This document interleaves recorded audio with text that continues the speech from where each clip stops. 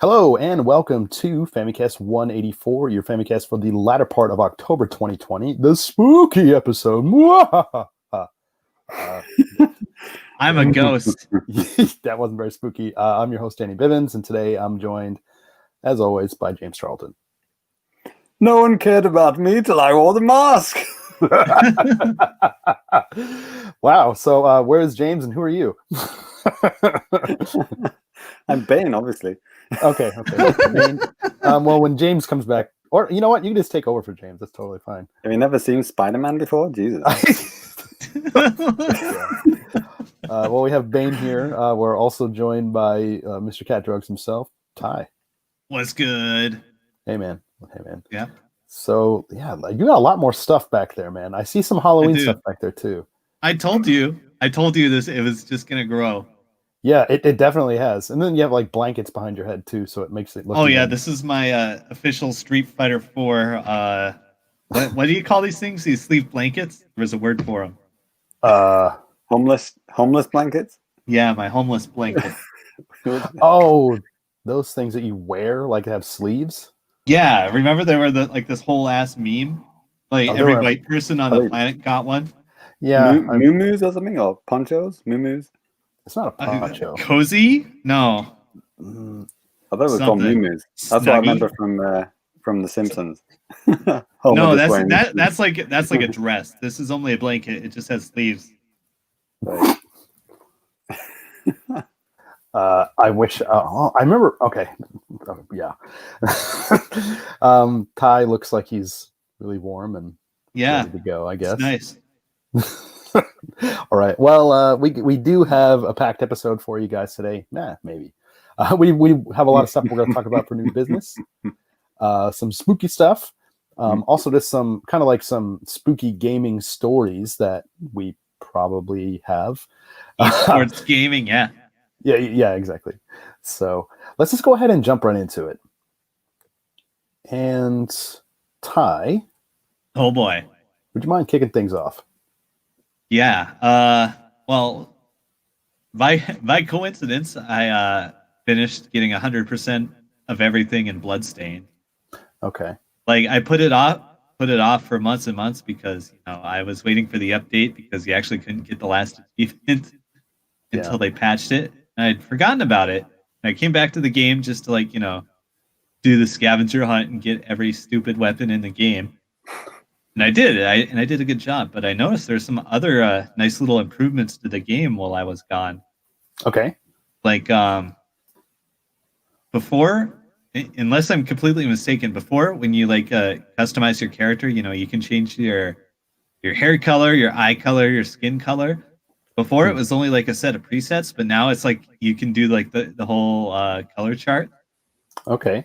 So that was a nice little random thing that was improved. I think they upped the frame rate on that one part where you go around the towers and like the frame rate drops for reasons. Okay. I don't know the part, but I know what you mean. Yeah, they fixed that up, at least on the platform I happen to be playing on. I'll let you guess which one. Probably PlayStation. Yeah.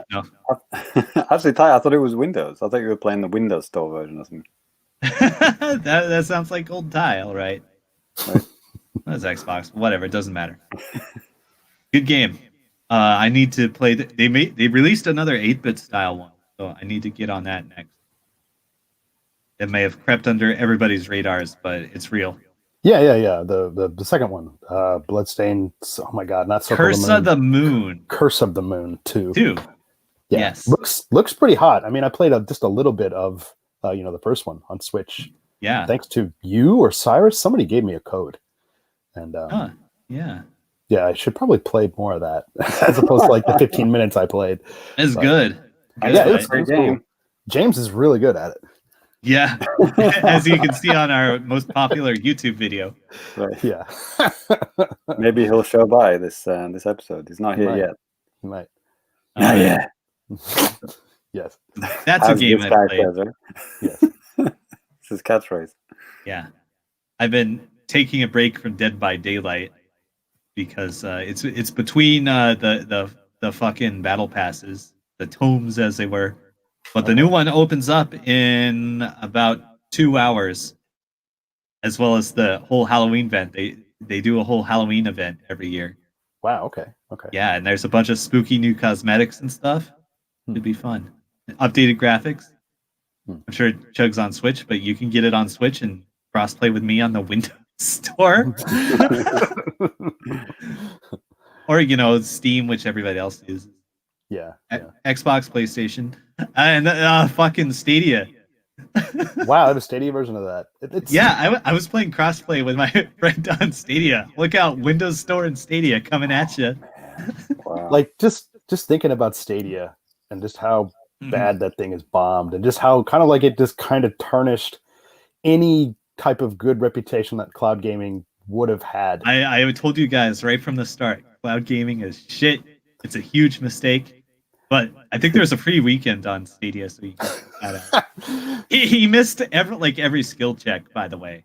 Oh. That relies on timing, and he could not hit those for some reason. The one version worse than the Switch version. Yeah. I was actually reading an interesting article about Stadia and just about cloud gaming in general. Sorry, this is going to be a little bit of a tangent, but I'll try to keep it brief. But no worries.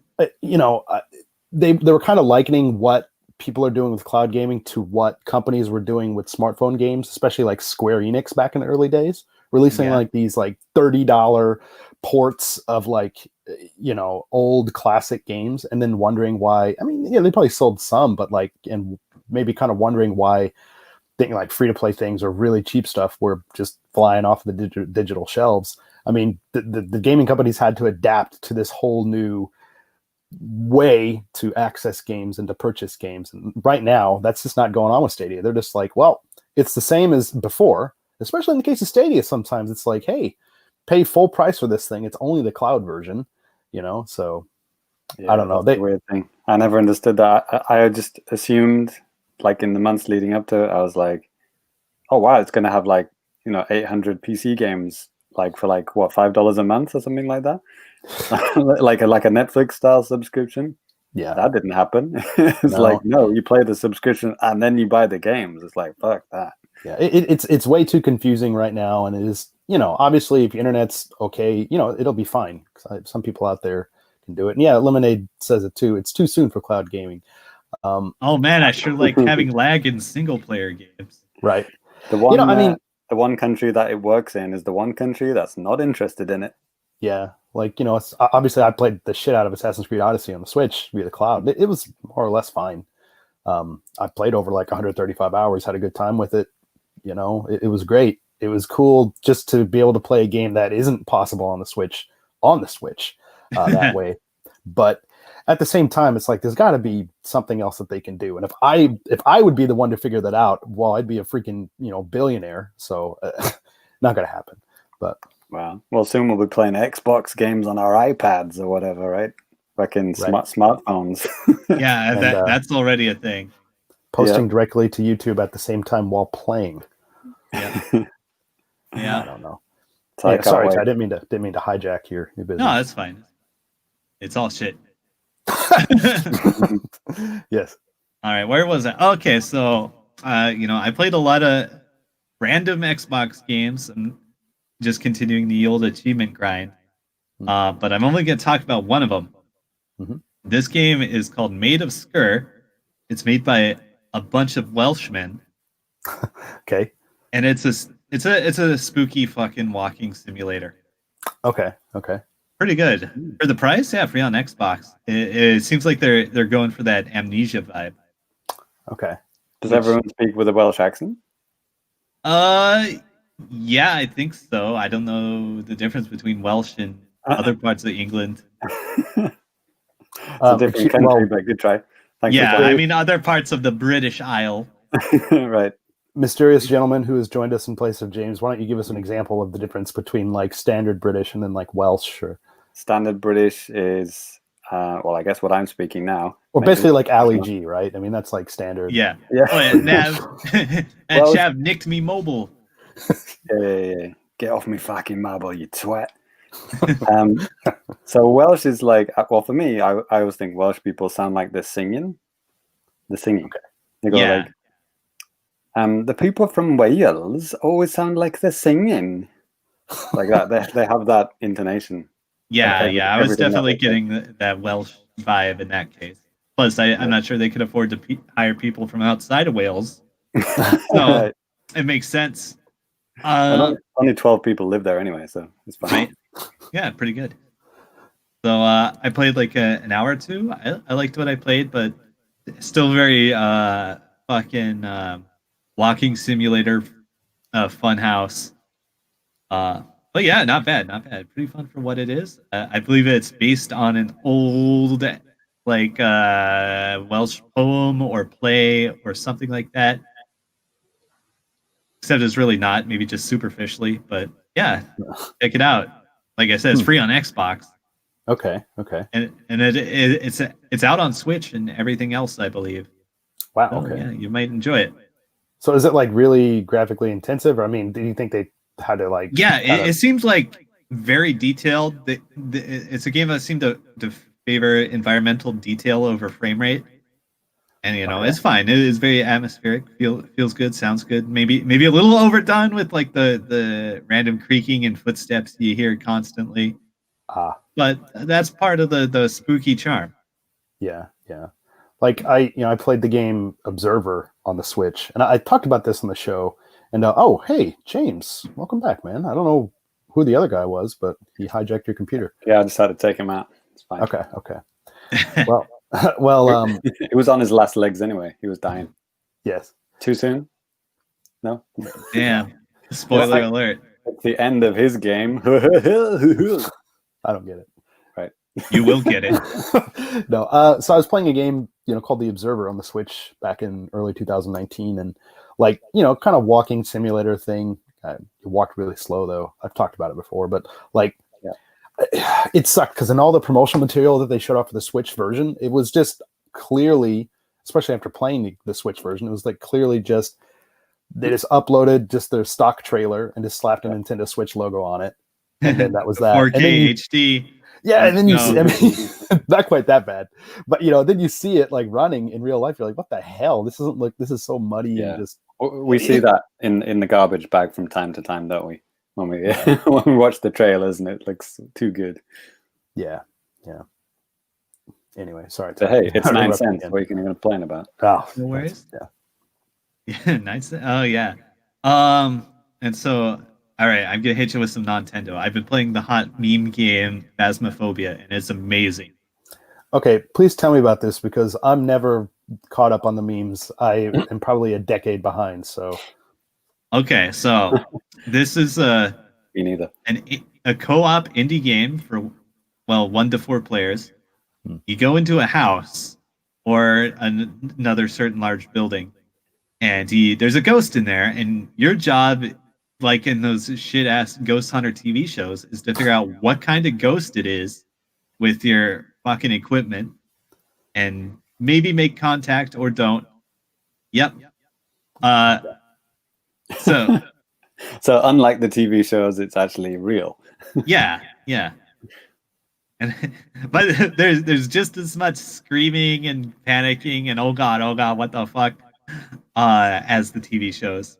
Oh, your character talks a lot? No, absolutely not. Like, this game is actually fucking scary. Oh, okay. You're saying the oh shit. Okay. Yeah. There's yes, I've had screamers in my games for sure. Okay. Oh, right. So you're partnering up with an online rando.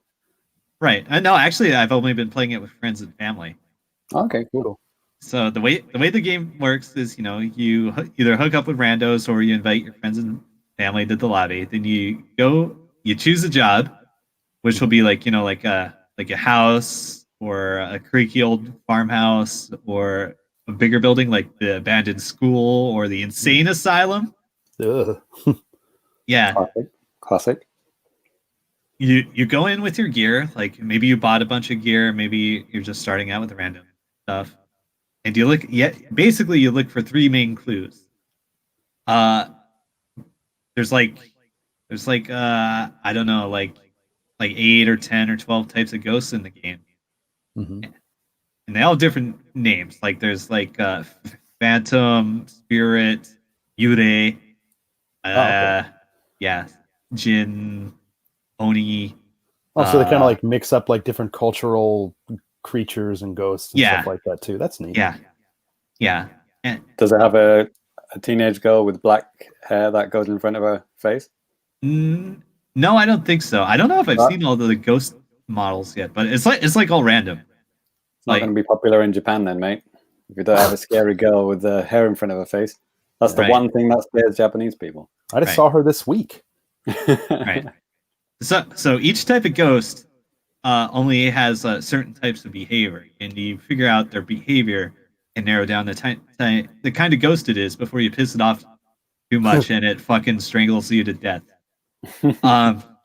So like one piece of evidence is you leave out a book, and if it writes in the book, that'll narrow it down because only certain types do that. Some will only drive your EMF detector up to 5. So you have this little light up gizmo, and if it detects an electromagnetic field, it'll pop up. What else? Freezing temperatures. If a ghost drops the temperature below 0, that's another piece of evidence. You need a thermometer, and if you actually see your breath, it's freezing. What else? There's some other stuff. If it talks to you on the spirit box, which is just a fancy radio scanner, that's another piece of evidence. And the thing is, it's called a PKE meter, Ty. Yeah, it's called the spirit box. Right. The store brand PKE meter. Yeah, and this game basically requires a microphone. The ghost can hear everything you say. Certain words and phrases will agitate it, and it will respond to questions and statements sometimes. Interesting. Wow. So like you go from room to room just saying, "Show me a sign," and like it might knock a cup over or something. You're like, "Oh, that's a clue." Yeah. So you get the spirit box and you start asking questions like, "Where are you?" And then it'll probably nothing, and you keep asking, and then it says behind, and you're like, "Oh fuck," and get out of the house. Yeah, Lemonade just responded, "This sounds too spooky for me." Question: if you play the 90s drum and bass classic by Ace of Base, I Saw the Sign, does that do anything? Instant death. Cool. Good to know. That's what I would have tried first. So and you can also set up your night vision cameras. There's you have like a van out in front of the building, and you can like watch all the video cameras in there and look at like your other like fucking diagrams and stuff. So like the coward in your group will usually be in the van like looking at that stuff. It's me. Yep. Right. Are there AI guys as well if you don't have any friends or family? Nope. You got to do it by yourself. Oh. Oh, okay. So when you say the cowards, you mean your actual friends that are cowards? Yeah. Okay. So yes. Could you just play by yourself by just hanging out in the van? Yeah, I don't think you would be able to get anything. Wow. So this really is the real Ghostbusters. Yeah. Well, you're not supposed to purge the ghost or anything like that. You can't do that. You're supposed to figure out what kind of ghost it is for the real team that comes in later. The Ghostbusters. Egon, right. Yeah, Egon just busts by. Thanks for the tips, guys. We'll take it from here. Yeah, so it's really fun and addictive and very scary as well. And like, nothing in this game is scripted. It's like basically all RNG. So you're going to get a random ghost. It's going to have like a random favorite room. And it's going to have a random name, which leads to some funny ones sometimes. Like the name of your ghost might be Michael Jackson, which I saw somebody get. I had a George Martin in my game. Nice. Yeah. So the room that you shit your pants in will be random every time. Yes. Cool. Yeah, like basically the way the gameplay works is you get your gear, you sweep the building to try to find the ghost as fast as possible. Because like the more time you spend in the dark, like the more like agitated it's gonna be and that sort of stuff. Gotcha. Okay. Yeah, so that makes the big buildings much harder. Yeah. And there's plenty of other stuff you can interact with, or the ghost can interact with. Okay. Like the fuse box, that's a favorite. Yep. Like the levels themselves, they're like designed. It's not like procedurally generated, is it? Yeah, the levels are designed. They're preset maps, but you don't know where the ghost is going to be or what it's going to do. Right. Okay. Yeah, actually sounds pretty cool. Like I said, like James said, and also Lemonade said too. I don't know, man. It sounds a little bit too spooky for me. It's so good. Like, look up some of your favorite YouTubers. They're playing it right now. Okay. Look up a jump scare compilation. It's good stuff. Oh, and it supports VR. Oh, okay. Ooh, that sounds like the real man's way of playing it, Ty. Yeah, it's Right? pretty good. I playing with some buddies in VR. Cool. Yeah. What? Last thing about the game, I think my favorite outtake of this game was in a jump scare compilation. Was somebody playing in VR, like in between like a whole bunch of people getting jump scared and terrified and stuff. Like there's a dude in VR. He was talking on the spirit box, and you could see him like holding it. It's like, and just asking it the basic questions like, "Where are you?" And it says behind, and he doesn't say a word. He just takes it, he whips it across the room, and walks straight out of the house. There's a lot of nope moments in this game for sure. Yeah. Nope. Yeah. Can you dive out of windows? No, that's not a thing. Oh yeah, if the ghost like starts hunting you, it locks the door. Oh god. Oh, man. And there's a lot of funny videos of dudes like scrambling to unlock it and screaming. It's like, open the door, open the door, open the door. or like when multiple people are trying to open the door at once and they're all scrambling over it and nobody can get it open. That's the thing that happens in this game. Nice. So if you have a Windows computer and like $10 to get it, you should get it. I'd love to play that with all three of us. That would be amazing. It's not going to happen, but I'm in the it would make a funny video. Yeah, like we would be playing it already. I'd have like twisted your arms into it if you had like normal computers. What are the chances of this? Is this PC only at the moment? At the moment, yeah, it's still a beta game. Okay. So what are the chances of it coming to consoles and well, the Switch? I don't know. It's too early to say. Like it's only like been available for a few weeks, I think. Okay. But considering how like it has virally exploded and that guy's probably rolling in money, it could happen. That's my professional game industry analyst take. The graphics don't look too like, mind-bogglingly amazing. So no, the environments are really good. The characters you play as look like assetstore.zip. Right.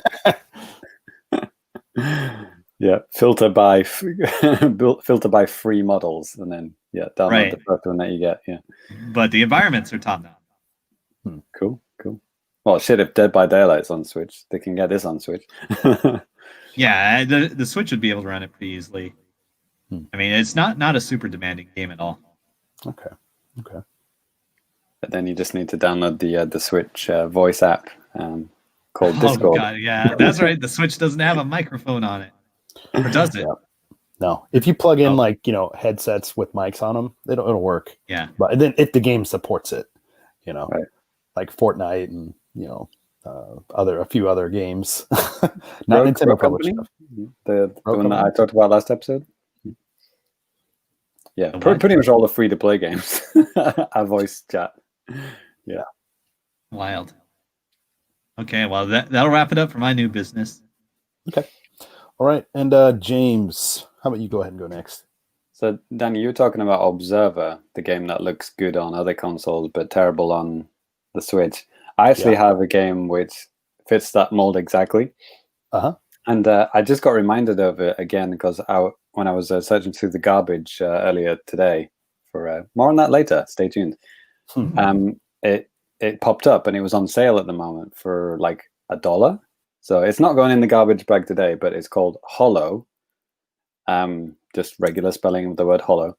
And yeah, I think it's on sale for like 99 cents or something like that. I don't know exactly because I bought it, so I couldn't see the price, but it was between two games which were about $1 each.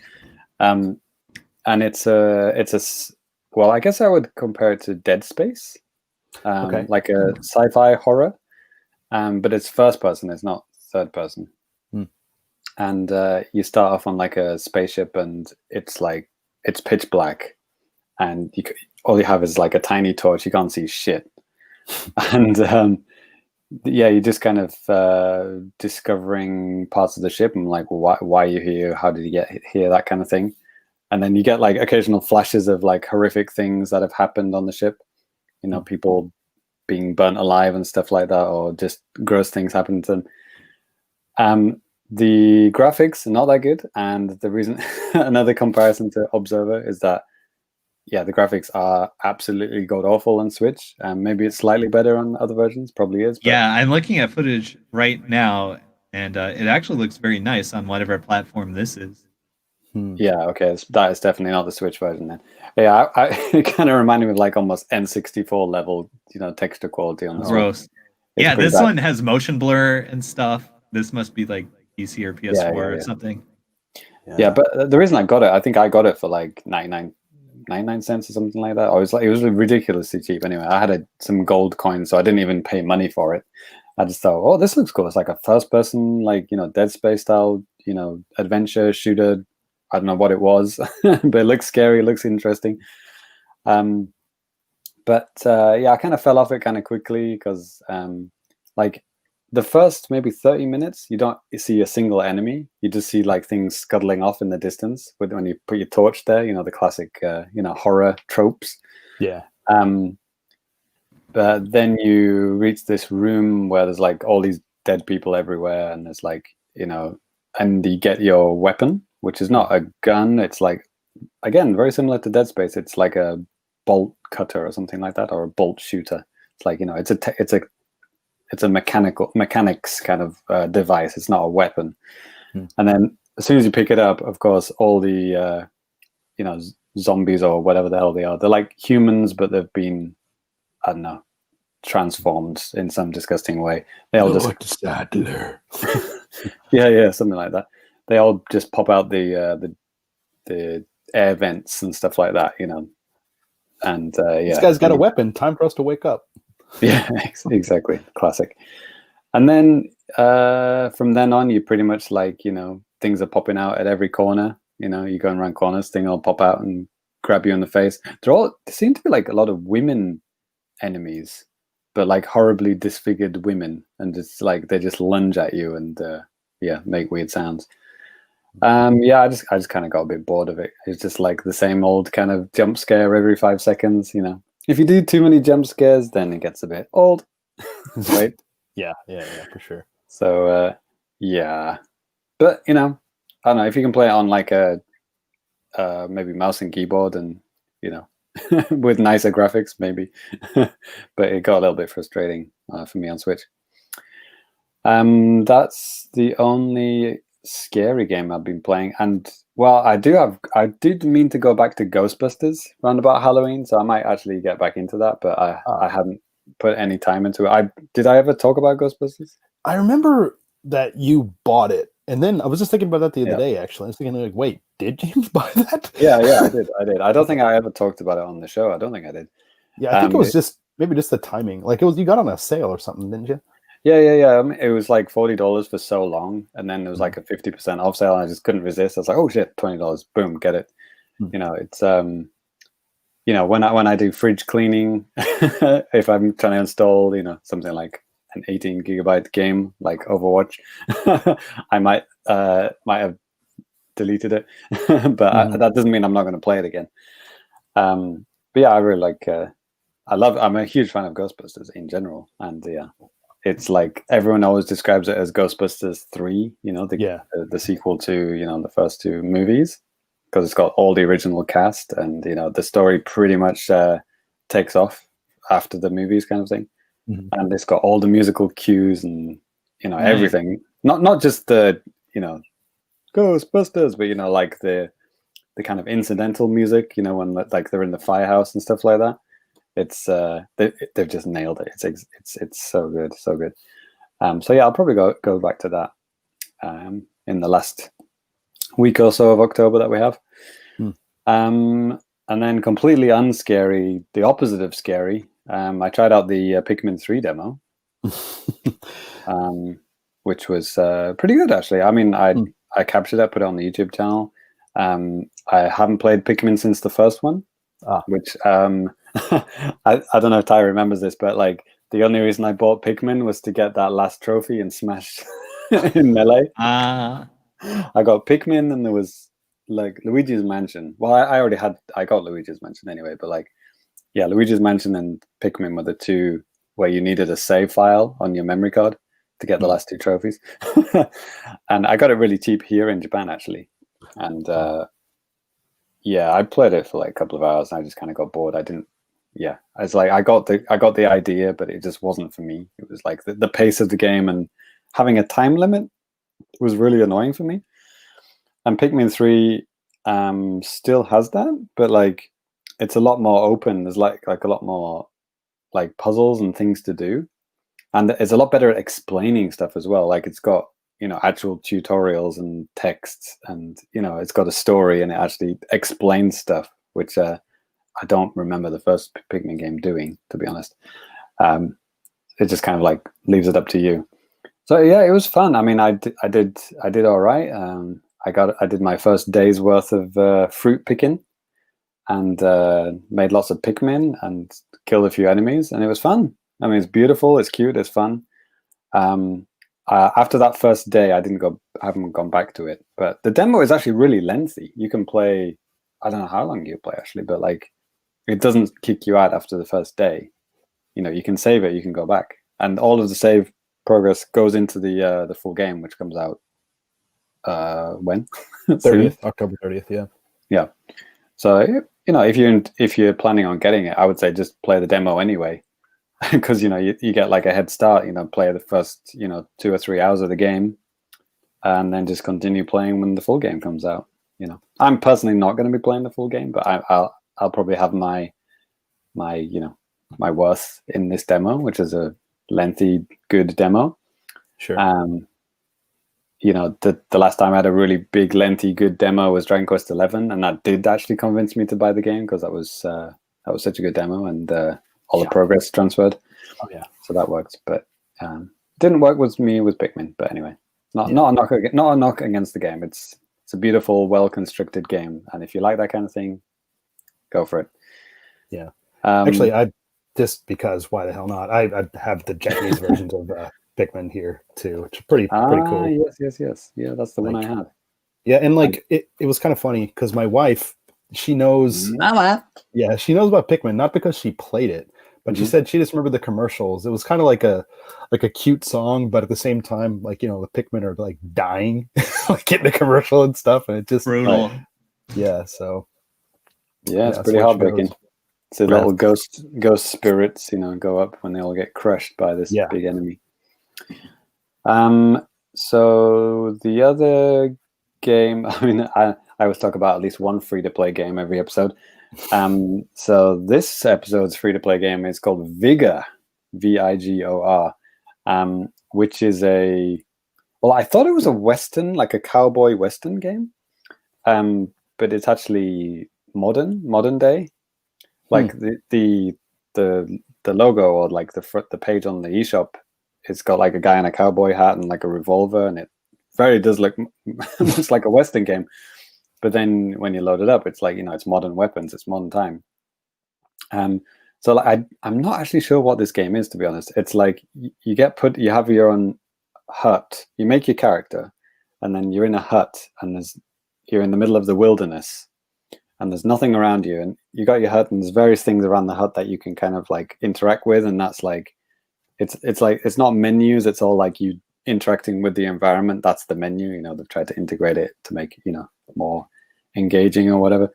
Yeah. So it's like, it's got like a pin board full of like missions that you can do, stuff like that. And then you click one of those, and then it asks you to select a map, and then you'll be taken to a map, and there'll be like 4 or 5 guys in that map, and then you'll be given an objective, like either just kill everyone or get resources. So it's kind of like, I don't know, it's like Monster Hunter or something, like you're collecting things to make stuff, but like but then you're being thrown in to these other maps. So like, I don't know how to describe it. I've never played this kind of game before. Maybe there is another game that exists and that this is like kind of emulating. But like, just for me personally, I've never played this kind of game before. Like is the Division like this? I have no idea. It's like, are you talking about like a crafting system or something, or no, like the fact that you kind of put into these instances where you're like playing against other players, but then like coming back to your home base, which is in a different map. I actually played the Division this week, but I didn't feel like mentioning it. Okay. Is the Division like that at all? Like kinda, yeah. Like you go out, you do missions, and you can try to group up with other players. I don't know if you're ever just thrown in together with them, but in your home base, you can see other guys running around. Okay, so you have a home base. Yeah, maybe it is that kind of thing then. Yeah, but like you're in the wilderness, like you're in the Wild West looking place. You're in mountains, trees, rivers. It's like a very naturistic kind of place. There's no buildings or like skyscrapers or any kind of technology whatsoever. It's completely just barren wilderness. It's like really given that what was that Leonardo DiCaprio movie called? It's like Shutter Island. No, the one where it's like in the wilderness and like Gangs of New York. Oh no, I know the one you're talking about. Romeo and Juliet. Someone in the chat will tell us in like 5 seconds. The Revenant. The Revenant, yes, there it is. Boom. Yeah, it's very much that kind of vibe, It's like, icy cold rivers and like, death at every turn kind of thing. But yeah, like because like I didn't know what the hell I was doing, and it's like, it's like almost like Fortnite in a way. You're kind of finding these random crates with stuff in it, but none of the crates were giving me weapons. It's like, you've got like 30 copper rings. It's like, okay. And then you find another place and it's like you open it and it's like you've got like 50 crates of wood or something. I was like, okay, just give me a fucking gun.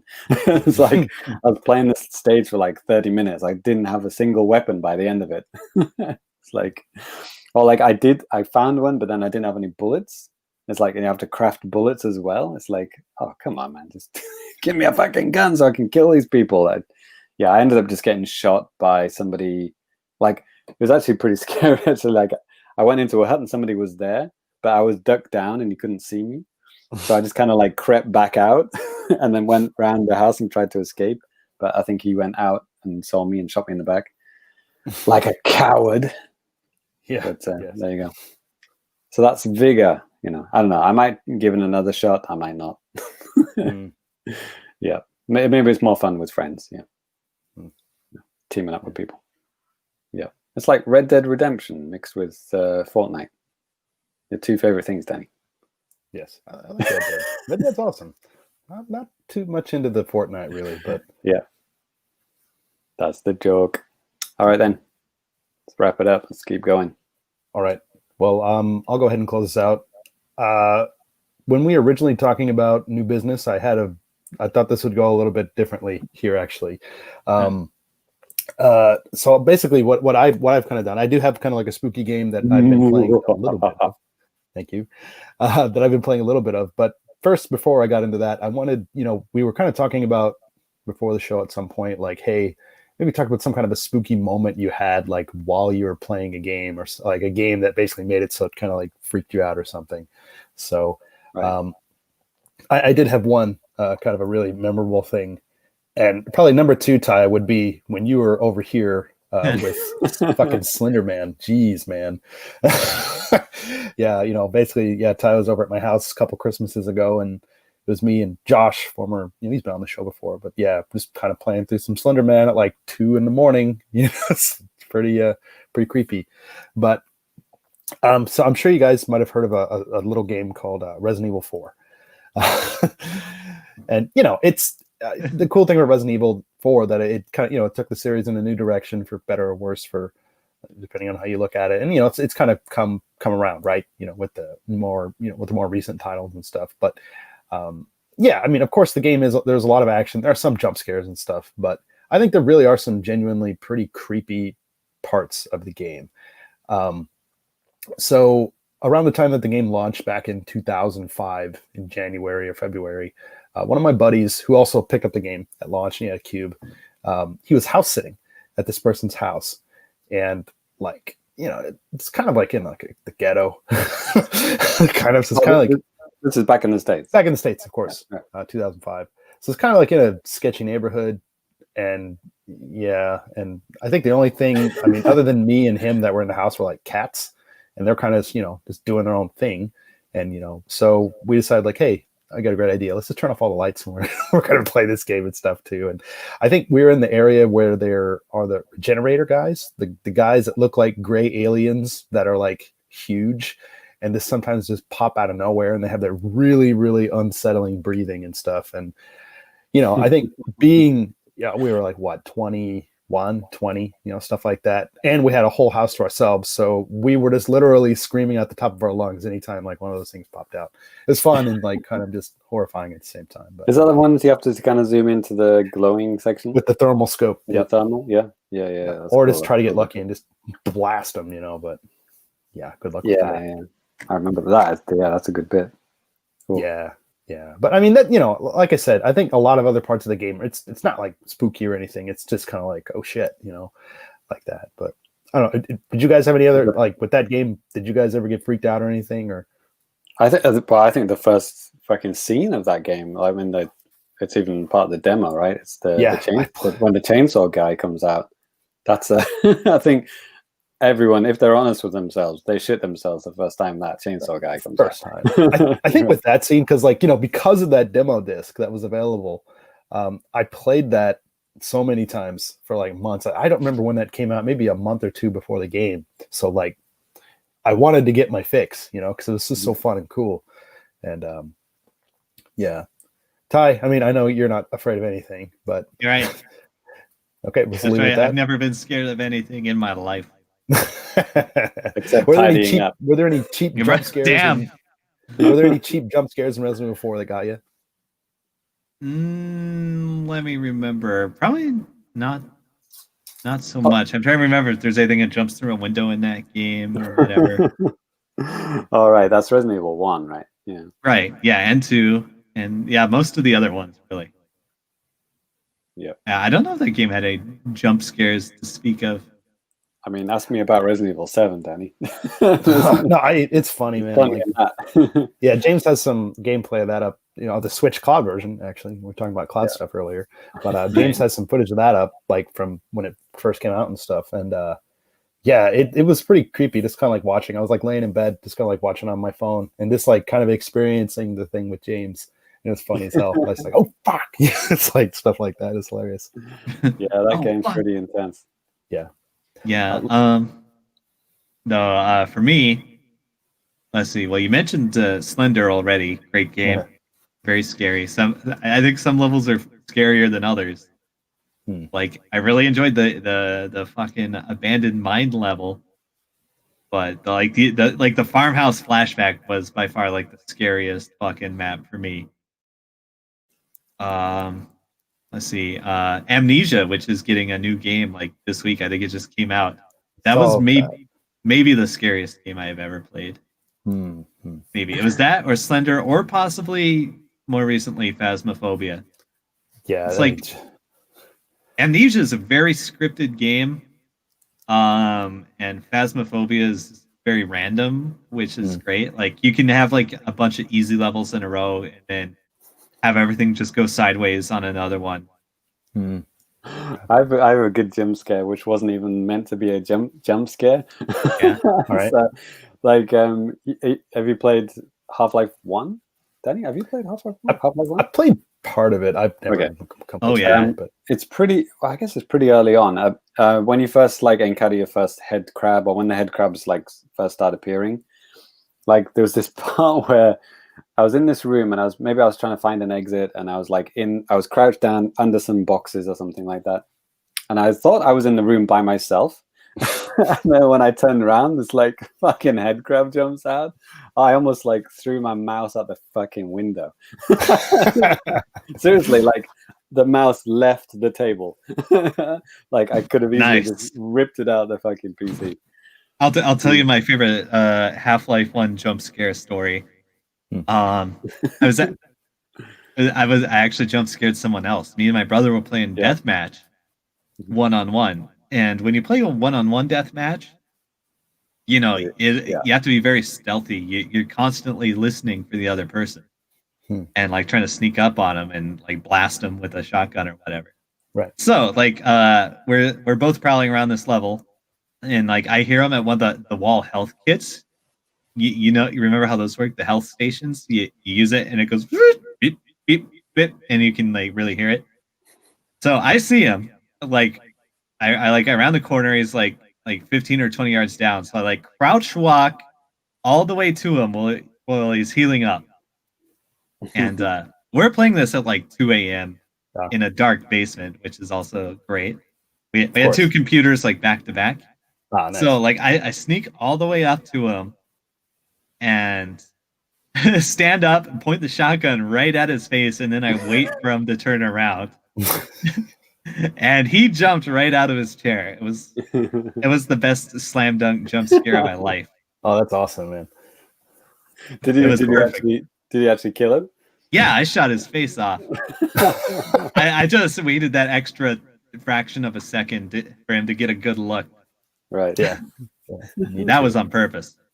Oh wow, we're getting some awesome comments now. Guess it's bringing out the spookiness in everyone. Yeah. Yeah. Metal Mike says loves RE4. The sound of the zombies in the lab made was freaky as hell. Yep, same as what Danny said. From Mookie EX, I played Half-Life Alex up until the headcrab section and the zombie corpses, which weren't even moving, had me out of the game for a few months. Wow. Oh yeah, man. Headcrabs in fucking VR. Holy shit. Another one from Mel Mike, mentioned it before, but I nearly had multiple heart attacks playing Zombie U. So tense. Man, that's... Danny, did you play Zombie U? Or you had it? I have it. Like, I think what took me out of it was because they were trying to do military bro talk in Japanese, and it was just weird. So, really? Wow. Yeah. I mean, I had the Japanese version and all that. So, yeah. Everyone speaks Japanese in London, right? Yeah. So that's... Yeah, and the other kind of like going younger here. Whenever, wait, was this? Banjo. Oh man, yeah, I think it was Banjo-Kazooie. The first Banjo-Kazooie. You're thinking like, wait, jump scare in Banjo-Kazooie? What the hell is he on about? No, listen. All right. Gobi's Desert. Okay, maybe it's one of the early. Maybe it's like the second or third world, right? There's a pyramid you have to go into, right? Are you with me? Yeah, I remember the level. There's a Jiggy in the pyramid. You go in, and it's like kind of like a maze, I think. And you kind of going through the maze, and there you get to the center, and I think the Jiggy is in the center of the maze. And then out of nowhere, and you have to imagine I'm playing this on my own in the dark, with the volume turned up quite loud, and I'm like, however old I am, younger than I am now, and then. Out of nowhere, just randomly, is an actual voice that says, "Get out!" Like, what? There is no English in that game, right? Whatsoever. And then suddenly a fucking man's voice says, "Get out." And you've got maybe 20 seconds to get out the pyramid before you die. And it's like, where did that come from? Yeah, that scared the bejesus out of me. Wow. Yeah, I only borrowed that from a friend, or maybe played it at a friend's house. Never owned it, and now I do. I have the box Japanese version of that and 2, but I haven't bought some open yet though. I hope I didn't get it mixed up with DK64, because they have a lot of very similar levels in those two games. I can imagine. I think it was Banjo. It sounds familiar. Yeah. But I don't know whose smart ass idea was it to say that at the middle of the maze. Well, Banjo has that whole Mad Monster Mansion level, right? Yeah. Yeah, and it has the toilet that says "fuck you." Wait, isn't that Conker? Wait, is it Conker? I don't remember. I thought it was Banjo. I'm pretty sure that'd probably be Conker. Banjo. Yeah, it actually says "thank you," but it's got this fucking British the accent that's also trying to channel Thank you. Boris Karloff or something. And and I think I read on one of the Rare Guys' Twitters, probably Chris Seaver or somebody else. Yeah. They had to like resubmit it like so many times because it's all the Americans. It sounded like the toilet was saying "fuck you," and it still does. I guess they just decided it was close enough. Yeah. Well, James Lemonade remembers that scene in Banjo. He said, "Yeah, I forgot about that bit in Banjo, and it scared me as a kid too." So it wasn't bad though. It's just so fucking random to have that because you're such in this like chilled out, you know, kind of vibe. You know, you're in the desert. There's nice Egyptian music playing. Yeah, and then suddenly that. You don't like this pyramid? You can Literally. much what it said. So, Mookie EX also has another comment here. VR presence is monstrous for jump scares. I've been spooked playing Galgun. VR can make waifus scary. Wow. Galgun. Wow, that hasn't been mentioned since Cyrus was on the show. Yeah. God rest his soul. I remember him saying he was at TGS and he was stood on some kind of spinning platform with like air being blown up. Oh God. Playing Galgun. Oh God. Of course the air was to blow up the skirts of the the Boots babes. Yeah. And Cyrus's skirt as well, which he was also yes. Another comment here from Metal Mike, and actually I kind of agree with this one myself. It said, as a kid, the sound those zombie things made from the cemetery temple in Ocarina of Time, jeez. Yeah, man. Yeah, that was good actually. Yeah, the way they grab onto you is very scary, isn't it? Yeah. And they don't let go. Even if to this day when I'm playing that area in Ocarina of Time, I just try to roll right past those guys and then just avoid the what are they called? Very freaky. But yeah. Redeads? Redeads. I don't know what I'm talking about. Well, I don't know where I pulled that one out of my ass. Yeah, you might be right. Well, I wanted to talk about a game actually here too, and I'll keep this kind of brief. I don't think I mentioned this on the show before, but I'm going to talk a little bit about Silent Hill, and of course, this is the classic Silent Hill that you guys would have played back in the day. I'm pretty sure a lot of you guys have experience with it playing on the Game Boy Advance. Oh boy. Yeah, so this version, the official title is called Play Novel Silent Hill, and it sounds like a command. Yes. Play Novel Silent Hill. Yeah, so it's just like a, oh my God, what do you say, visual novel version, I guess, of the original Silent Hill. And some of the cool things about the game, just like tech-wise, because this was like around, I'm pretty sure at or around the Japanese launch of the Game Boy Advance back in 2001. And some of the cool things that they did just with the original game, they still have some FMVs like in this Game Boy Advance cart, which is kind of cool. Like they obviously had to cut back a lot to get everything fit in here and stuff, but they got it working. So they have there's a lot of just like still images and stuff, and then just text, obviously, coming up and down the screen and whatnot, and trying to play on like different sounds and stuff like that. I imagine that would have been kind of difficult unless you're playing with headphones. Like today, when I was kind of just testing it out just for a little bit before the show, I played some like a few months ago, but just wanted to play some before the show. I was playing on my Game Boy Micro. Not really the ideal platform for playing a visual novel or a game that's like trying to be spooky with sound, because it's not that big of a device, right? So yeah, your headphones don't even fit in that one, do they? You have to have a special adapter or something? No, I'm pretty sure this is a regular one. You sure? Looks like a regular one. Yeah, I'm pretty sure it is. So you're playing the smallest, most compressed videos of all time on the smallest console. Yeah, playing it on the Game Boy player just didn't seem appropriate, Right. Got to get as small as possible. Yeah, but there's some other cool things about this game too. Like I did a video back in May or June talking about this thing called the oh my God, the online thing. Yeah, the mobile system GB, like basically a way that the Game Boy Color and Game Boy Advance can connect to the internet. And a really cool thing about this game, the Silent Hill game, there was actually like some unofficial like DLC that this game had, where you could only access it by connecting your Game Boy Advance to a cell phone, I remember you talked about this, I think. Yeah.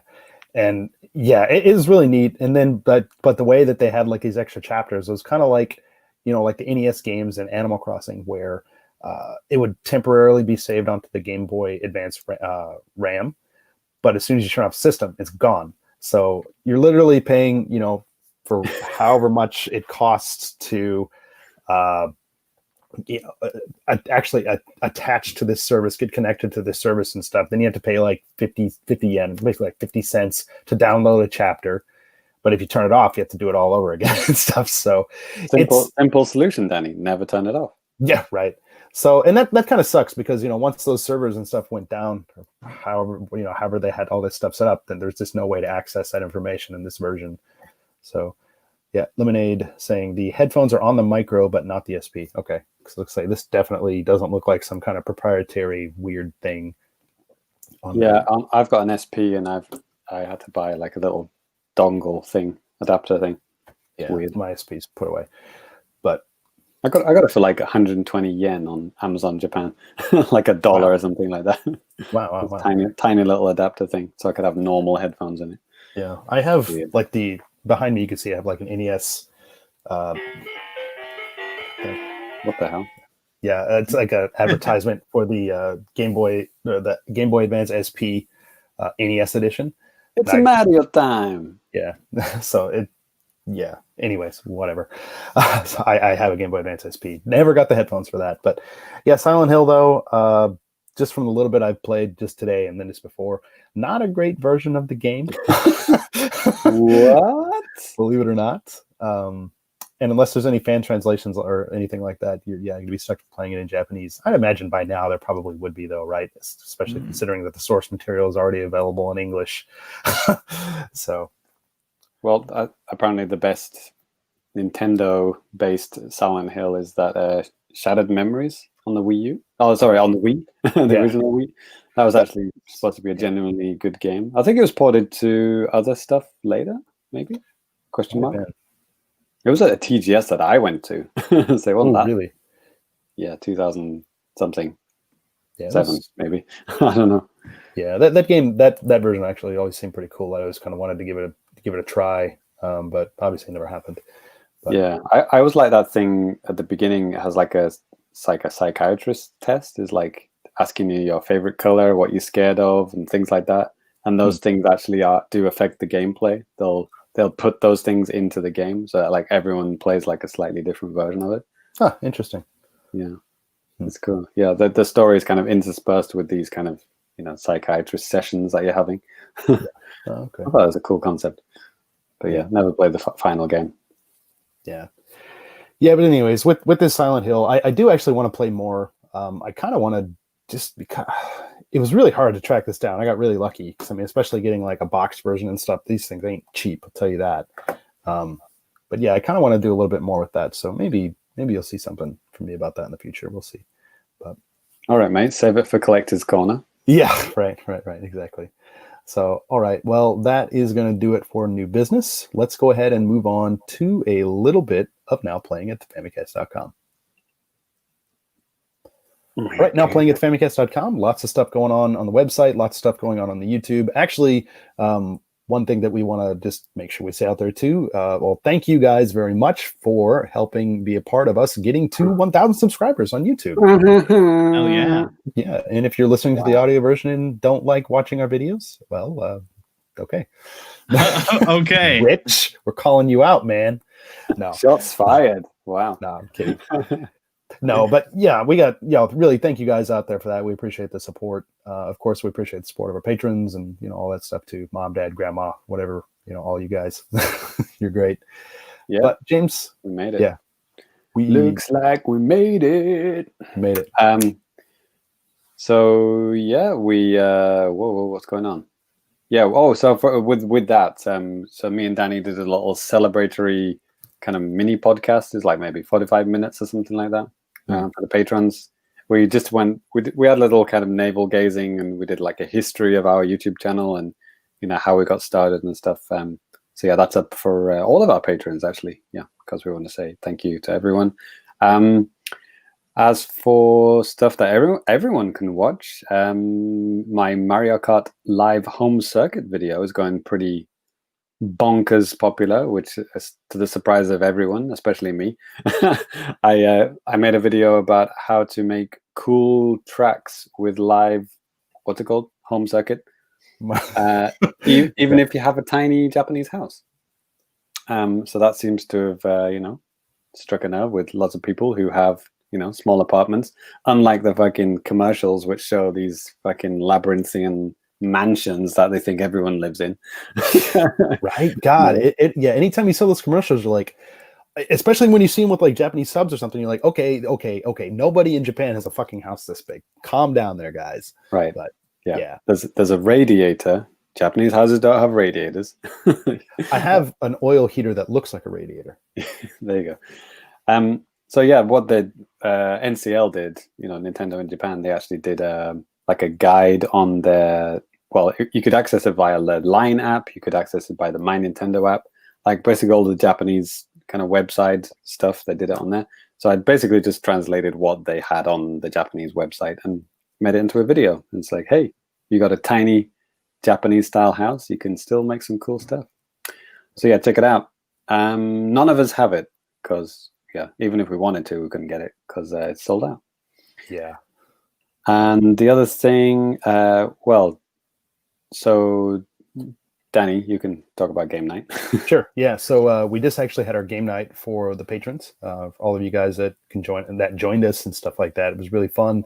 I had fun getting blackout drunk when I couldn't play Rocket League with everybody. Spoiler alert. That was pretty funny. There's always some shenanigans that goes on, isn't there, Danny? I was getting really mad too. Really mad. That's why I just stepped away. Like, okay, it's not that big of a deal. Yeah. But, exactly. Man. Yeah. That was a good time though. Yeah. So what did we play? Do you remember, Danny? Yeah, we played Rocket League and then we played. What's the second game? Oh my god. We were playing something. Oh my god, Overwatch. Yeah, Overwatch was, we actually mentioned in the last episode that Overwatch was going to be the new, free game for the Nintendo Game Trials. So we got to try that out with some of you guys, and that was a lot of fun. If you're a patron, we actually have the video of everything. James was nice enough to edit that up and get it ready. So we could kind of relive the game night video. Danny actually needs those videos because he doesn't remember it. Sometimes, man, I'll tell you, I'll go back and like watch some. Like, I don't remember any of this. Yeah, right. For Danny, it's like a cold shower the next day. But yeah, it's good times. And the Overwatch, I recorded some Overwatch footage outside of game night, different from game night. Because it was like a Halloween themed event going on at the time. It was perfectly timed. Game Trials, Overwatch was free. It was Halloween special. Game night was happening. It was, it's perfect timing. So there's this thing called Junkenstein's Revenge, which is like a player versus enemy type, PvE type game match where you just like shoot zombies, zombie robots. Right. It's almost like a tower defense kind of thing. You have to. Yeah. It's a lot of fun. So yeah, there's I captured a bit of footage and put it on the channel. Yeah, so check it out. That's all stuff running on the Switch. Which yeah, Ty, how was it playing Overwatch on the Switch after playing the PC version for like 5 years? It was a little rough. You managed that, right? Right. Pretty much. So yeah, I think that is all the stuff that's going on. Oh, Danny, have you got something else? Yeah, I got one more. So actually something I just put together today. So I got this. I found something that is really neat on a Japanese reseller. Man, I don't even know if I want to spoil it. I'd say like we talked about it on our Discord a little bit. I've told some like close friends and stuff like that. So I picked up something that's really cool, and it could be like some kind of legit treasure, or it could just be some trash. But in this video, I kind of take a look and see, like, it seems like it actually could be legit. This is like check it out. It's gonna.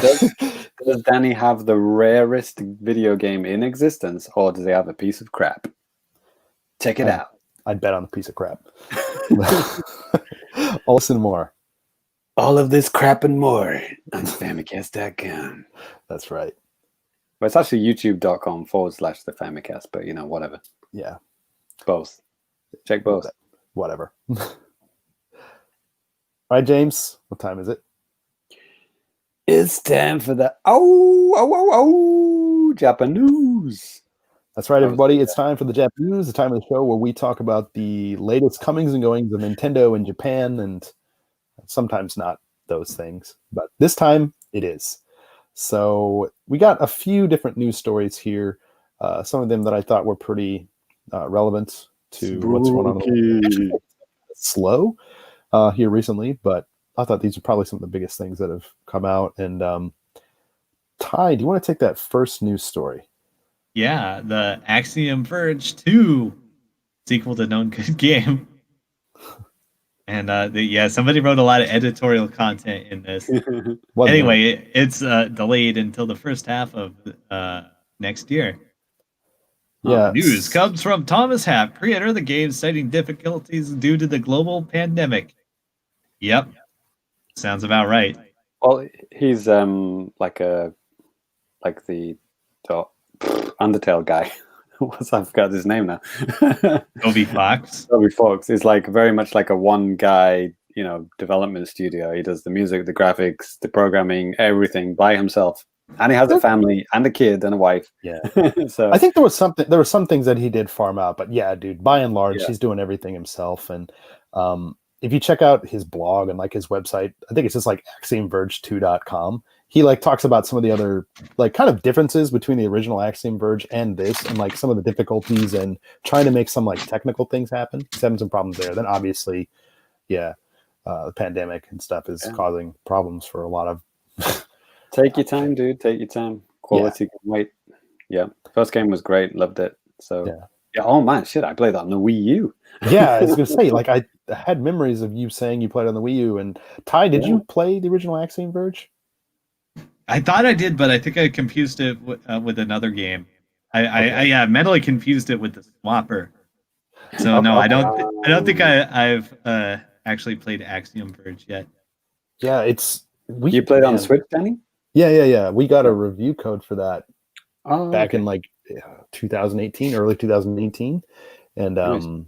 So I got to play it and played all the way through it. Man, what a fantastic game! And I remember, when it did come out on the Wii U, I mean, obviously those were some dark days for Nintendo fans and the Metroid series and stuff like that. That was like a shining beacon of light through the darkness, wasn't it? Yeah, and also it's my favorite story ever is the Johnny Metz story. Oh, yes. Where he just fucking mic drops Reggie in his face by saying it's like, what did Reggie said something like, are we gonna have to sue you for this because it looks so much like Metroid? And then Johnny said to his face, like, well, somebody's got to fucking make a Metroid game. Yeah. I mean, obviously, if you've listened to us for a long time, I don't really have a problem with Reggie. But in that case, it's like, dude, really? Yeah. How dare you inflict on our copyright? We're busy making Metroid games every 15 years. Actually, before we move on to the news, there were a couple of other nice comments. Another one actually by Mookie EX. He says, this is a little bit ago. He says, you guys should have been well past 1,000 from the podcast alone. YouTube's algorithm is trash. Hey, true that. Appreciate the kind words. And then Lemonade, yes. He said, I missed out on Drunk Danny. Yes, you did. He'll come back. You don't have to wait too long. Yeah. Just hang around Twitter, maybe on a Friday night. He'll probably be out there. If you see a lot of tweets, you don't see a tweet for like a week, then you see a bunch of tweets. I'm probably drunk. Right. But anyways, yes. So what do we got next on news? Actually, James, this is right up your alley. Yeah. Thank you. Halloween related Splatfest for Splatoon 2, obviously. Danny, why would you write Of course it's Splatoon 2. Just in case. Just in case you were whip out your Wii U and get playing Splatoon 1. So it's going to start on Halloween until in Japan. In Japan until November 2nd. The Halloween weekend, basically. It's the Splatfest that features the return of Tricks versus Treats. and it was originally held back in October 2018. I did play in that one, and we may even have a video of that. Yeah, I'm pretty sure we stream did. of me playing it. Maybe it's you and Cyrus, maybe even. Maybe. Well, we played a lot of Splatfest. Yeah. Pretty much every single one. So yeah, that's fun. That's cool. It's nice that they're bringing these Splatfest back. I do have a feeling it's because of the pandemic that they're bringing these back, because you know what I mean? Like, people are going back to Splatoon where they might have like dropped it, you know. It's Sure. like they're playing it again because of the pandemic, you know, they're trapped inside. And it's the only way to play with their friends is to, you know, get online. So yeah, that too. cool. And I think, you know, Nintendo's probably looking at a way to, because, you know, obviously probably things that we don't even know about are pushed back and delayed and stuff. So they're probably trying to look for new ways or just different ways to engage with the community, and just doing something like this just seems like a no-brainer, you know? It is super cool, by the way. Like the plaza, like in Splatoon 2, they decorate it with, you know, Halloween related stuff, and it does change the look of it totally, completely. They got one for Christmas as well. Oh, okay, cool. They don't call it Christmas; they call it like Winterfest or something like that. course. But, you know, It's like non-denominational, you know, snow time or something. Right. But it's cool. Yeah, I'm definitely gonna jump into that. Starting on Halloween, cool. Yep. And it looks like it's worldwide too. Nice. Because it looks like they're starting at the same time. Either that, or they're starting at the same time, and they're region locking them. I don't know. No. Yeah, they do have global Splatfest where everyone can play together. Right. It's only the hot dog versus popcorn or whatever when it's only in America. Yeah. Okay. Well, I'll pick up this next Biscuits versus gravy. Yeah. Hey, no. Okay. you gotta choose. Can't have both. Yeah. So oh my this God. is actually kind of some bad news, and actually the picture can really kind of tell you all about that if you're watching the video version. So the Famicom Tante Kurabu, or Famicom Detective Club remakes that were scheduled for the Switch, they're supposed to be coming out this year. They have been delayed. They're going to be pushed back into 2021 to quote unquote further improve the quality of the game. We actually have a preview video of the game up here on our YouTube channel. They like back in September 2019, they showed it off during that, like the directs and stuff that they had around the time, like obviously Japan only. But yeah, for those of you unfamiliar with the series, this is a series that started up on the Famicom disk system, kind of like adventure type of stuff, murder mystery type of deal. There were 2 games on the disk system. There was a Super Famicom remake, and then I think a sequel. Yeah, but I mean, the series has been pretty much dormant since like the mid 90s.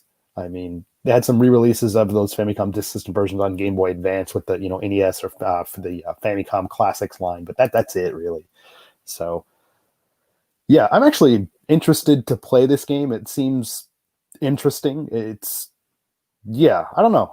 Sometimes I don't mind trying something a little bit new, you know? Yeah, it looks cool. I mean, it's going to be completely in Japanese. So good luck to you all. Right. Yeah. Right. Yep. Okay. Well, I just pasted a link to Danny's Tante Club preview if you want to check it out. If you're watching live, it's in the chat right now. Yes. So what are we doing next? Can you take the next thing about the promotion type of deal that's going on? Nintendo is running an online competition /promotion for gamers to show off their skills in Super Mario 3D Collection /All-Stars for gamers here in Japan. To enter, all you have to do is capture an epic feat and tweet the hashtag #SugoWazaMario, which means amazing technique. Mario's amazing technique. Yeah. No prizes, just bragging rights and the ability to be judged by your gaming peers. Indeed. It's like, look, I can do a Z jump, Mom. Yeah. I can jump over a really big gap. Get the fuck out of here. Yeah, it's pretty neat because I just noticed this on NCL or Nintendo Japan's website. They had just like a page and like their topic updates or whatever, and I was like, "What the hell is this?"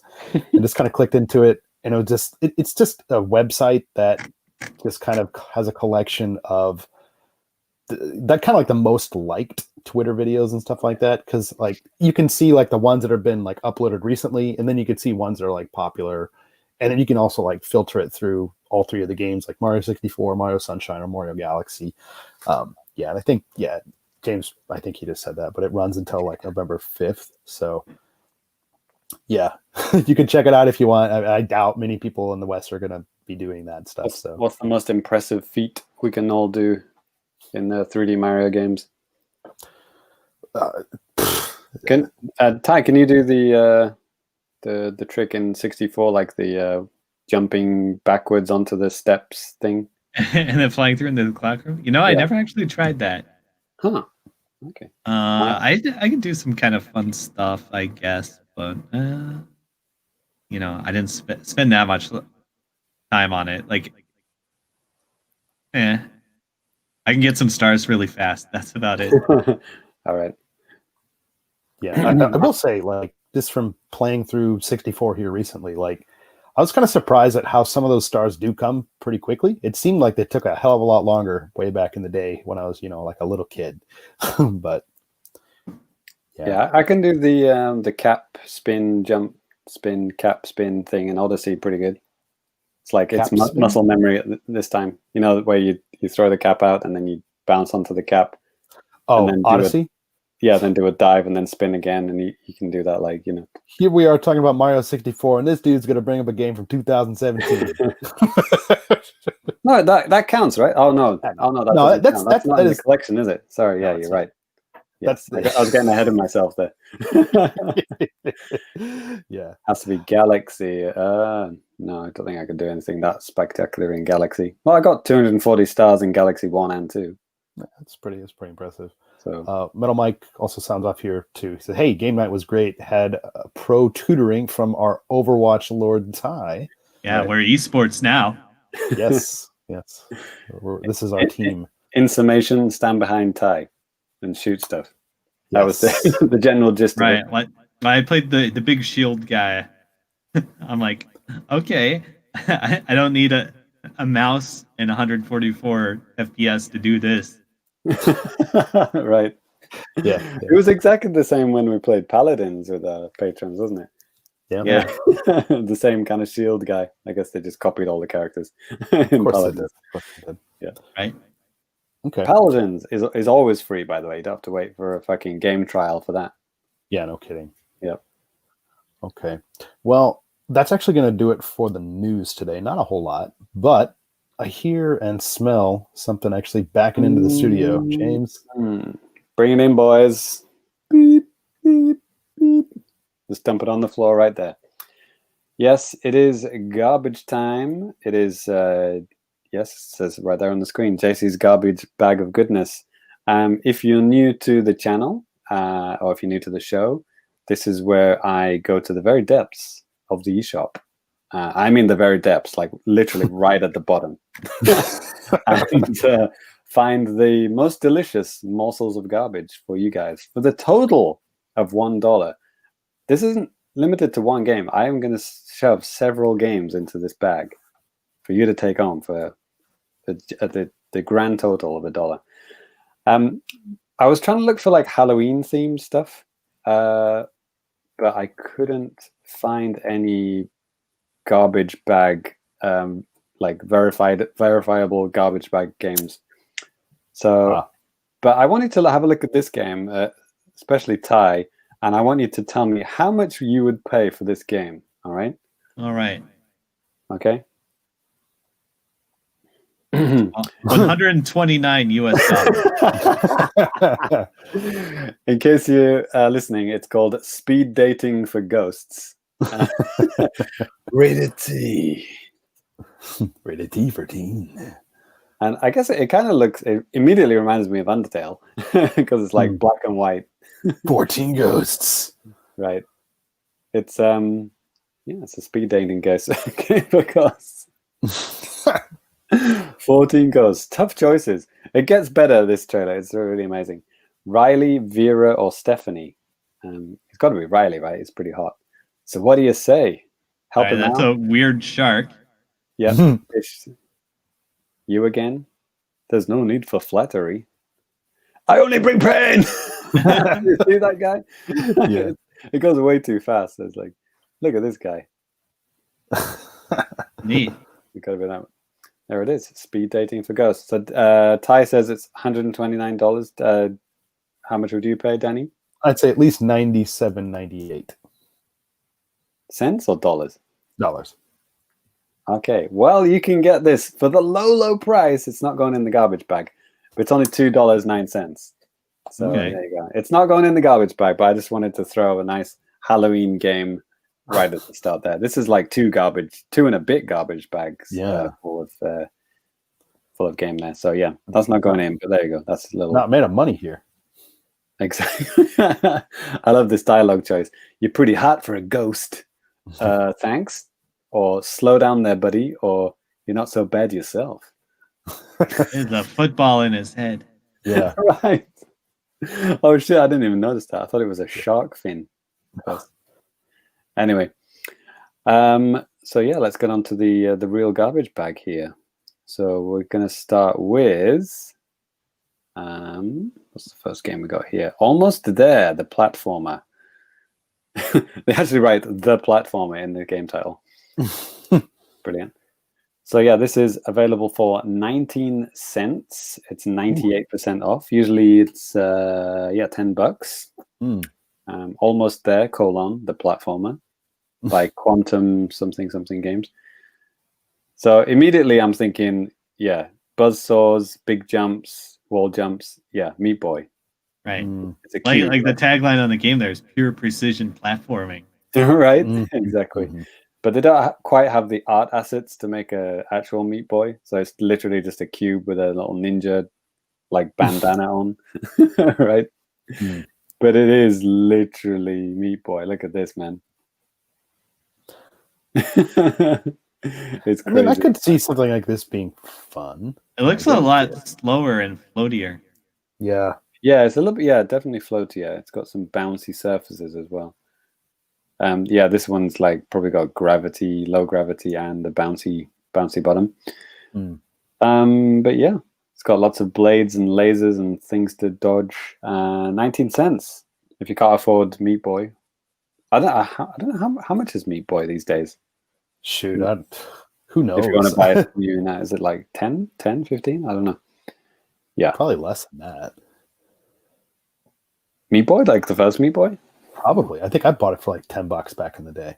Yeah, like I want to say that was like a $15 game maybe, so it's probably cheap by now. Yeah, it should be. It's like 10 years old. Yeah, wow. Right? We'll check it out. Somebody will check it out and tell us.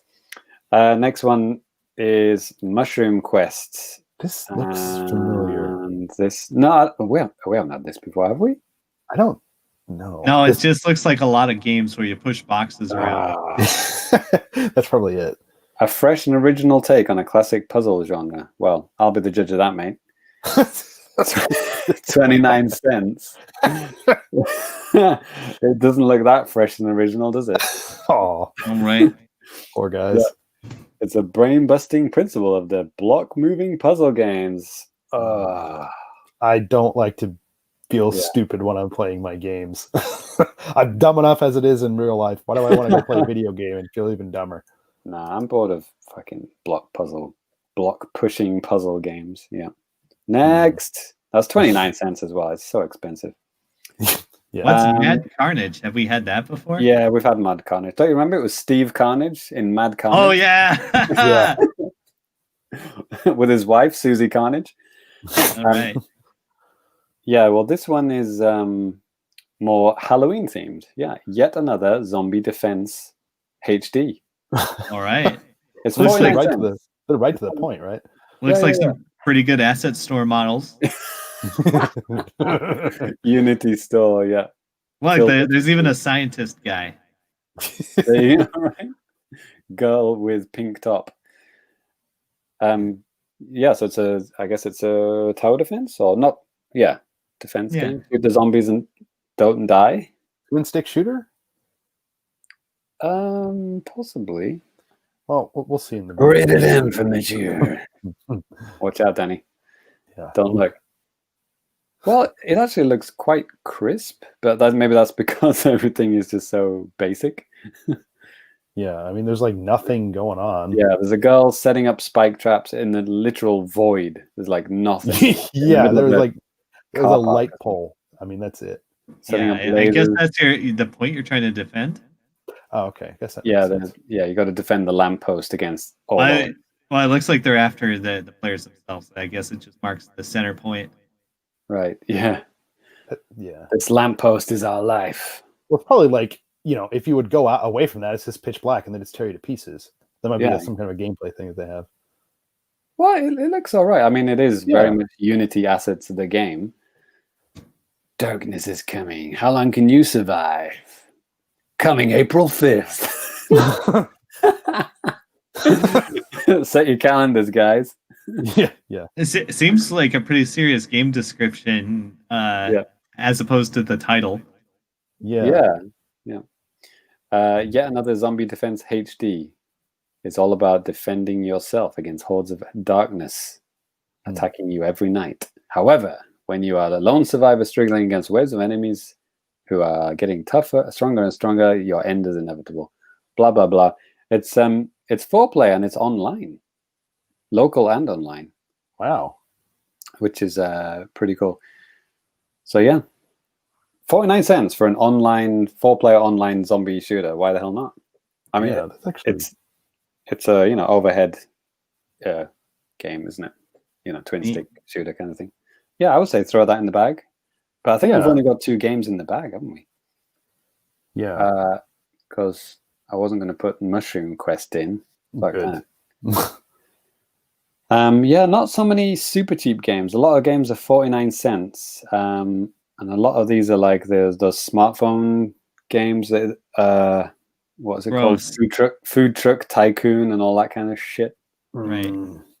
Okay. Well, if you don't want the zombie defense one, maybe this one. I like zombie defense. Okay. Well, in case some people. Wow, that kid looks really happy. Let's give it a chance. This one is an interactive clock. Barrier X. No. This is a game. Hold on. Let me just load up the trailer here. So this is. You know what this reminds me of? Thumper, that music game where you play you go on a track. With techno music. Yeah. It's like super fast. The system is down. The system is down. No. Light switch rave. Yep.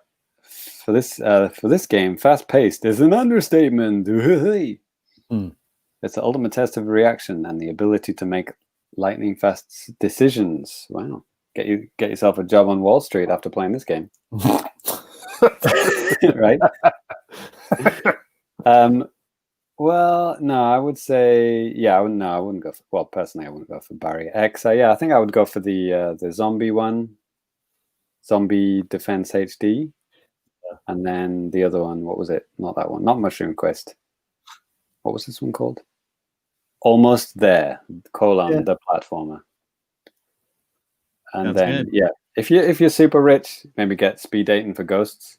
But I swear that I've heard people talk about this somewhere, like podcasts or Twitter or something. Well, it's a good way to get people talking about your game on their podcast, isn't it? If you have like a pigeon dating game or whatever, some weird kind of dating game, people are going to play it, aren't they? And talk about it, like we have just done for 15 minutes. Yes. So there it is. Nice bit of Halloween flavored garbage. Hope you enjoy that. Delicious garbage. You're welcome. Danny, back to you.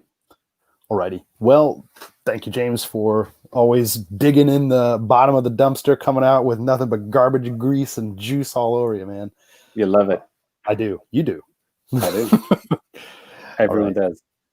Well, that's going to do it for JC's Garbage Bag of Goodness. Let's move on to a little bit of feedback from you guys. So if you guys want to leave us some comments or anything like that, if it's something kind of like long form, you can email us at thefamicast@gmail.com. If you want to hit us up on Twitter, you can do that. Just hit us up at thefamicast. If you're watching us on YouTube, then you just sign up in the comments below. yeah, just get on our website. You can do stuff there. And yeah, you can get every Friday we do something cool on the website, don't we? Yeah, we do. It's kind of like, well, it's become kind of like a wrap up of everything that we've done throughout the week with videos and stuff called Famicast Friday. You guys should definitely check that out. It's like now playing at the famicast.com, but for people who don't actually listen to the podcast. Yeah. So you can check it out on the website.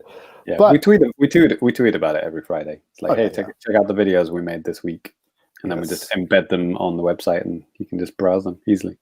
Yeah. Well, we do have some comments and some stuff from people on YouTube, and also I think a few things on Twitter too. So I'll go ahead and read out some stuff from YouTube, because I think we had a couple of good ones on the last show, actually, from Chariot Goblin and then Chris Unseen. So actually, I'm going to go ahead and just first off read off what Chariot Goblin wrote. And of course, as always, Mr. Goblin, thank you for good man, always with a good comment. Appreciate it. Absolutely. So he said, and this is, a comment on the last episode of the show. He said, I find Super Mario Brothers 35 to be addicting, and my highest rank is number 2. However, there needs to be more level variety. I've unlocked up to World 4-2, yet those levels don't even appear. Maybe there's a reason this game is going away in March. Ooh, shots fired. Wow. Yeah, I heard they made the special course a little bit more difficult. Like maybe it starts off in like a much higher world or something. Or well, what they did for because the special course section that changes like every week, and last week's was they only did like levels 3 or worlds 3 and 4. So that was it. You can't cycle to any other levels. But it is kind of weird, though, because maybe some of you guys out there know this, but I haven't seen any confirmations about this. But it seems to me like everybody, at the beginning of each match, you get to choose a level. And I'm assuming that should be cycling through kind of randomly, either at the beginning or at some point in the match. But I haven't quite figured it out. I've only actually, in the regular standard Mario 35, I've only not started on 1-1 like 3 times, and it was 2 times in a row starting on 1-2. So I mean, it wasn't that bad. Such variety. Yeah. So yeah, they don't explain any of this, do they? I mean, it was the same for Tetris 99. They never explained any of the rules or how anything works. People just figured it out eventually. Yeah. So by the time we figure out Mario 35, it's going to be discontinued. Brilliant. Yeah, it's done. Yeah, and then on the same episode, Chris Unseen actually said, hey, maybe we talked about this, I'm assuming, but Membrane is actually a fun and very unique game to play. It's fun to mess around with the physics in the levels. Ty, did you talk about a game called Membrane? Insane in the Membrane? Wasn't that a garbage bag game? Maybe it was. Sounds familiar, because I didn't talk about it. Smells familiar. Yeah, I think it was. I don't actually remember what kind of game it was, though. Membrane, but there it is. So he's saying it's actually worth checking out? That's what it seems like, yeah. There you go. You're welcome, as always. Well, James, I'll still kind of ruffle through here on YouTube. I got some tweets if you need them. Yeah, please. I got one from Cornetta de Cornetta, hacker alias Jante de Novo. This is a Power Pro baseball question, Danny, so I guess it's for you, Ty. Okay. Guys, I have a question. Is the English guide for Power Pro Baseball 2020 just one picture of the main menu translated, or are there more pictures, translations, or other screens that aren't showing up? Thank you. Thank you, Steve. Nope, it's just the one page because I've been too lazy to do anymore. What an asshole. Yeah, sorry about that. Just it takes a lot of time to do stuff like that, and I just haven't taken the time to do it. But I we have a nice video that can at least get you going into like games and at least show you what like the main menu things are and stuff like that. So women's Japanese softball league. It's what all the kids are clamoring for. Yes, that's Christopher Volak. Yeah. So he said. So what else we got here? Got some congratulations for reaching 1,000 subscribers. Rich, friend of the show, top Patreon man, good guy, says congrats. Maybe I'll get around to subscribing someday. I guess I'll need a YouTube account for that. So he was joking, of course. He watches our videos, but he just doesn't like Google. Fair enough. Can't blame him. James Allen, another friend of the show, patron of the show. Congratulations, guys. Proud to be part of your journey and to be part of the crew. Yeah, absolutely, man. I tweeted out a picture of me and Danny's first YouTube experiment on, well, I guess it would have been Google Hangouts. And Russ, I was going to have one from Russ. He says, wow, those guys look so young. Yeah, I look about 6 years younger in that video. Yeah, I look about 3 years younger. Danny looks about 30 years younger, but yes. Lady Lindis also says, congrats, dudes. Yeah, nice. Lots of congratulations comments. Thank you so much. Like and subscribe. Yeah. Well, you've already probably are, but yeah. Tell a friend to also like and subscribe. Yeah. Well, we did also get a handful of good comments on James's video too. The Mario Kart live circuit. Seriously, check it out if you guys haven't. So I mean, bring it on, come on. Yeah, like Boss Man is forever. He said, "Oh gosh, thank you so much. You're welcome." You're welcome. And then one of my favorites. Why are you saying you're welcome, Yasso? Yeah, from Infinity Gaming. How about really old carpet? Because James talks about how obviously you can play with those little cars on carpet. Yeah, and it turns into kind of like the dirt that you would find in like Mario Kart stuff. Yeah, my advice is to go and find some disused carpet literally next to a garbage bag. Drag it out, just like leave it dripping with the grease and garbage. Put it in your house, and then set up Mario Kart on top of it. Yes. No, I believe any rug or carpet is okay as long as it's not the super long haired carpet. The carpets from like the 60s. So if you haven't decorated your house in the past 45 years, you might have trouble. Otherwise, you should be okay. Most people have wooden floors these days, don't they? Yeah. Well, in Japan, that seems like the only way to go, right? Because that's just the way things are. Yeah. Tatami. Fun fact: Japanese houses don't have carpets. They have tatami mats or wooden floors. Yeah, typically it's the case, right? You just put the rugs on top of it. Yeah. Just two more quick things here. A couple more on your video too, James. Fish Lamp, great name. Listen, you most people in New York live in small apartments, so this helped. So okay. There you go. And then, another one, Carlo Santiago Barnasco. I live in a small house, so it's helpful. And then actually one from our good pal Russ Greeno, who just commented on the video that I was kind of teasing a little bit. He said, "Hey, nice Faker Real cameo," which I did add into my video. Really? Check it out. Which video are you talking about? Oh, okay, the new one, right? The newest one, yeah. No spoilers. All right, okay, I got it. Yeah, it's kind of fun. So, anyways, yeah. Anything else, James? Because I think that's pretty much all the big ones here. No, that's it. That's all for now. Okay. If you want to follow us on Twitter, I mean, probably everybody already has, but at the Famicast, innit? Yep. It's funny because when I went back and watched that first live stream of me and Danny, neither of us knew the Twitter account. Yeah, we were like, is it at Famicast or is it at the Famicast or is it at the Fami Crew? Like we didn't actually know what it was. It's so funny. It's kind of confusing because we kind of confused ourselves because of Nintendo World Report. We were like, our email address was Famicast at Nintendo World Report or whatever. Right. And then everything else is like, the Famicast. So we made sure when we, branched off on our own in 2017 that we put the on stuff just so everything would kind of be all the same. Good job we did as well, isn't it? Because Famicast is like some Mexican Dreamcast emulator. and I'm not even joking. Really? Yeah, it's literally a Dreamcast emulator called Famicast. Wow. Cool. Well, we made an emulator, guys. You're welcome. Yeah, you're welcome. Play your Dreamcast games on your PC, as long as you speak Spanish. That sounds great. Alrighty. Well, actually, that is going to do it for the show. A little bit of a short one today, but I hope you guys had some fun with it. Now, if you guys want to follow us out there, you definitely can. If you want to follow me, you can follow me at DannyBiv, DANNYBIV. James, where can the fine folks follow you at? Well, if you want to share some Halloween stories, like games that you shit yourself at. Use the hashtag games I shit my pants at, and then tweet it at the Famicast, and, or you can tweet it at me at Famicomplicated. There you go. I tweeted at I just shat my pants, Right. whatever too. That's fine.